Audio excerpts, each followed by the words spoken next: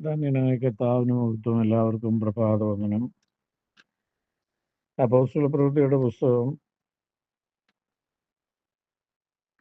14-ാം അധ്യായം 22-ാമത്തെ വാക്യത്തിൽ നമ്മളിങ്ങനെ വായിക്കുന്ന, വിശ്വാസത്തിൽ നിലനിൽക്കണമെന്നും അനേകം കഷ്ടങ്ങൾ കൂടി ദൈവരാജ്യത്തിൽ കടക്കേണ്ടതാകുന്നെന്നും പ്രബോധിച്ച ശിഷ്യന്മാരുടെ മനസ്സ് ഉറപ്പിച്ചു പോകുന്നു. അപ്പോസ്തലനായിരിക്കുന്ന പൗലോസ് പറയുന്ന ഒരു മർമ്മമാണ്, അനവധി കഷ്ടങ്ങളിൽ കൂടി വേണം നമ്മൾ ദൈവരാജ്യത്തിൽ കടക്കുക. നമുക്ക് സിയോനെന്ന് പുത്തൻയെരൂശലേമെന്നും അല്ലെങ്കിൽ നിത്യത എന്നൊക്കെ പ്രസംഗിക്കുമ്പോൾ കേൾക്കാൻ വളരെ സുഖവും വളരെ മാധുര്യമായിട്ടും നമുക്ക് തോന്നും. പക്ഷെ ദൈവത്തിന്റെ പൈതലെ അവിടെ കടക്കണമെങ്കിൽ പെട്ടെന്നൊന്നും അവിടെ കടക്കാൻ പറ്റും. രക്ഷിക്കപ്പെട്ടത് കൊണ്ടോ സ്നാനപ്പെട്ടത് കൊണ്ടോ അല്ലെങ്കിൽ പുണ്യപ്രവൃത്തികൾ ചെയ്തതുകൊണ്ടോ ദശാംശം കൊടുത്തത് കൊണ്ടോ ഇതുകൊണ്ടൊന്നും അന്യഭാഷ പറഞ്ഞത് കൊണ്ടോ ആത്മാവിൽ ആരാധിച്ചത് കൊണ്ടോ അതൊന്നും മാത്രം പോരാ.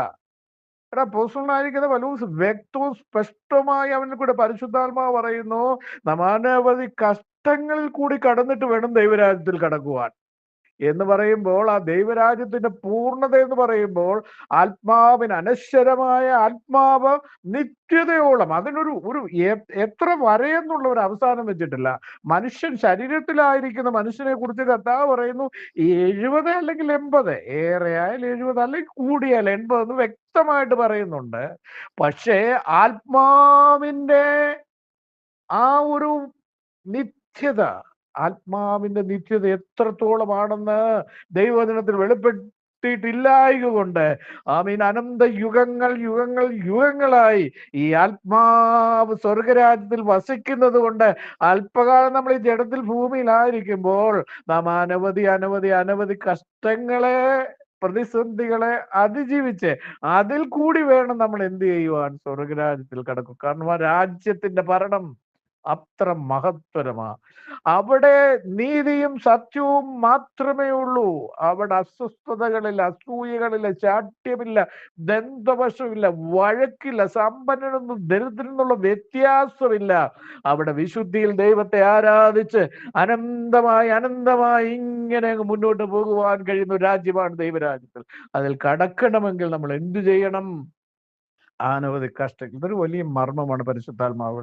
അപ്പോസ്തലനായിരിക്കുന്ന പൗലോസ് ഇത് പറയാനുള്ള ഒരു പ്രത്യേക കാരണം, ഈ ലുസ്രയിൽ അപ്പോസ്തലനിൽ കൂടി വലിയൊരു അത്ഭുതം നടക്കുവാൻ കൊണ്ട്, അമ്മയുടെ ഗർഭം മുതൽ മുടന്തനായ ഒരു മനുഷ്യൻ, കാലിന് ബലമില്ലാത്തൊരു മനുഷ്യൻ, അപ്പോസ്തലനായിരിക്കുന്ന പത്രോസ് അവനെ സൗഖ്യമാക്കി.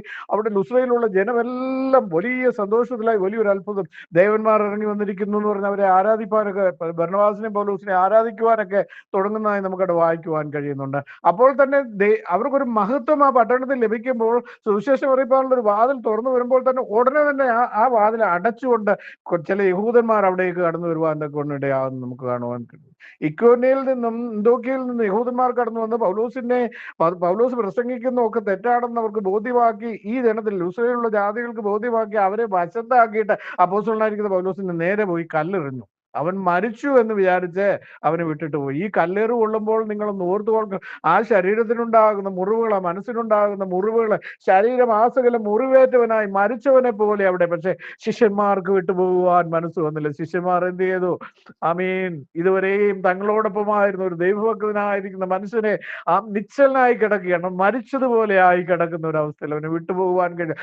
സഭ ശ്രദ്ധയോട് പ്രാർത്ഥിച്ച 2 പ്രാർത്ഥന വിഷയം നമുക്ക് പരിശുദ്ധാത്മാവ് ഞാൻ മനസ്സിലാക്കി. ഒന്നവിടെ വ്യക്തമായി എഴുതിയിരിക്കുന്ന, പത്രോസ് അടയ്ക്കപ്പെട്ടപ്പോൾ തുറുങ്കിലാണ് സഭ ശ്രദ്ധയോട് പ്രാർത്ഥിച്ചു. പക്ഷെ ഇവിടെയും സഭ ശ്രദ്ധ എന്ന് പറഞ്ഞാൽ അവിടെ കൂടി നിൽക്കുന്ന ആ ജനം, വിശ്വാസികളായിരിക്കുന്ന ഈ ജനം, അപ്പോസ്തലനായിരിക്കുന്ന പൗലോസിന്റെ ശുശ്രൂഷയിൽ കൂടി ദൈവരാജ്യത്തിന് അംശികളായി തീർന്നിരിക്കുന്ന ഈ ജനമാണ് അവിടെ കൂടി നിൽക്കുന്നത്. അവർ പ്രാർത്ഥിക്കുകയാണ്, സ്വർഗത്തിലേക്ക് കണ്ണുകൾ ഉയർത്തി കണ്ണുനീരോട് പ്രാർത്ഥിക്കുക, കർത്താവേ ജീവൻ തിരികെ കൊടുക്കണമേ. അപ്പൊ അല്പസമയം കഴിയുമ്പോൾ ഒന്നും സംഭവിക്കാത്തതുപോലെ ഈ ദൈവഭക്തന് എഴുന്നേറ്റ് അടുത്ത വേലയ്ക്കായി പോവുകയാണ്. ആ വേലയ്ക്കായി കടന്നു പോകുന്ന സമയത്താണ് പറയുന്നത്, സാരമില്ല, ഈ കഷ്ടങ്ങൾ സാരമില്ല, ഇങ്ങനെ അനവധി കഷ്ടങ്ങൾ കൂടി നമ്മൾ കടന്നു പോയെങ്കിൽ മാത്രമേ നമുക്ക് വേണ്ടി ഒരുക്കിയിരിക്കുന്ന ദൈവരാജ്യത്തിൽ നമുക്ക് എന്ത് ചെയ്യാൻ കഴിയുള്ളൂ? കടക്കുവാൻ കഴിയുള്ളൂ.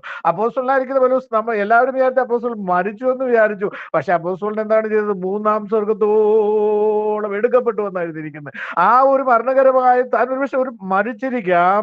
അപ്പോസ്തലൻ പറയുന്നു, എനിക്ക് ക്രിസ്തുവിലുള്ള മനുഷ്യനേറെ മൂന്നാം സ്വർഗത്തോളം. എത്ര വലിയ ഭാഗ്യമാണ് ദൈവത്തിന്റെ ജനമേ, മൂന്നാം സ്വർഗത്തോളം എടുക്കപ്പെടുവാൻ തക്കവണ്ണം. ആമീൻ. മറ്റുള്ളവരവനെ നമ്മൾ വിചാരിക്കുകയോ, എന്നെ കല്ലെറിഞ്ഞല്ലോ, എന്നെ അപമാനിച്ചല്ലോ, എന്നെ വഴക്ക് പറഞ്ഞല്ലോ, ഞാൻ സുവിശേഷത്തിന് വേണ്ടി ഇറങ്ങിത്തിരിച്ചതല്ലേ, ദൈവവചനമല്ലേ ഞാൻ പ്രസംഗിക്കുന്ന എന്നൊക്കെ നമ്മൾ ഒരു പക്ഷെ പറഞ്ഞേക്കാം. പക്ഷെ അപ്പോസ്തലനായിരിക്കുന്ന ആ ഭക്തൻ പറയുന്ന ഇതാണ്, ഇങ്ങനെ അനവധി കഷ്ടങ്ങൾ കൂടെ. കാരണം എന്താ അത് പറയുന്നത്? കാരണം എന്താണെന്ന് അറിയാമോ?